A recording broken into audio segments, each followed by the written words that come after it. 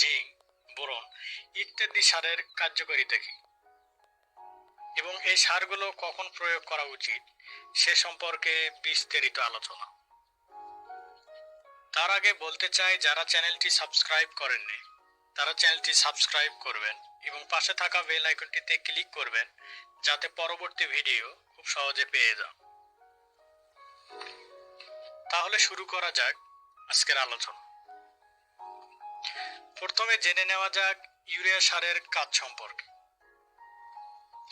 Urea সার গাছের ডালপালা, কাণ্ড ও পত্রের বৃদ্ধি সাধন করে, গাছপালাকে গাঢ় সবুজ রং প্রদান করে,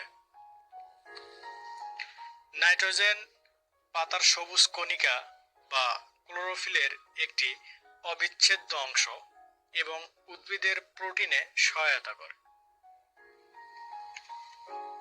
স্বাভাবিকভাবে ইউরিয়া সার প্রয়োগ করবেন এবং উপরোক্ত কাজের ঘাটতি দেখা দিলে আপনারা এখন বুঝতে পারবেন কোন সার প্রয়োগ করতে হবে। এই জন্য সারের কার্যকারিতা জানা প্রয়োজন। এখন জেনে নেওয়া যাক টিএসপি, ডিএপি বা ফসফেট সার সম্পর্কে। এগুলোর কাজ মূলত একই রকম। ফসফরাস গাছের প্রথম পর্যায়ের বৃদ্ধি ত্বরান্বিত করে, গাছের মূল বা শিকড় গঠন ও বৃদ্ধিতে সহায়তা করে, উদ্ভিদের জীবকোষের বিভাজনে অংশগ্রহণ করে, সময় মতো গাছকে ফুল ফলে শোভিত করে, ফলের পরিপক্কতা ত্বরান্বিত করে।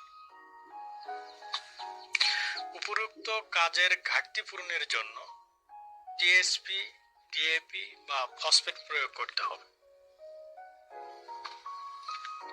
এখন জেনে নেওয়া যাক এমওপি বা পটাশ সার সম্পর্কে।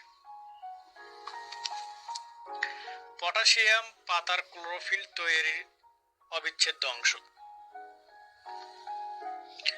শর্করা তৈরিতে সাহায্য করে, সেগুলোর দেহ অভ্যন্তরে চলাচলের পথ সুগম করে ও নাইট্রোজেনের কার্যকারিতা পরিপূর্ণ।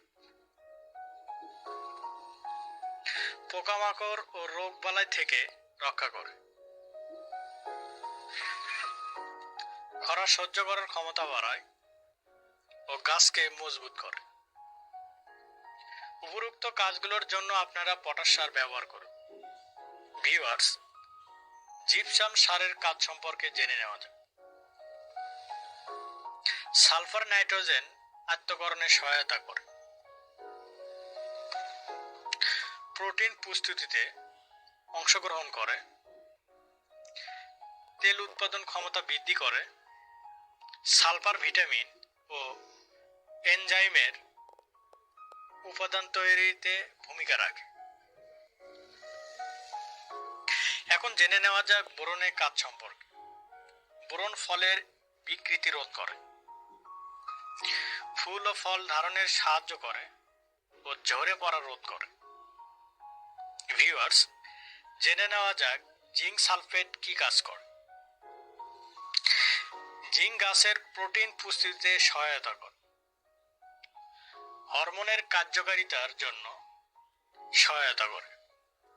এই ভিডিওতে সারগুলোর প্রধান কাজগুলোর কথা বলা হয়েছে। এই চ্যানেলে ফসলের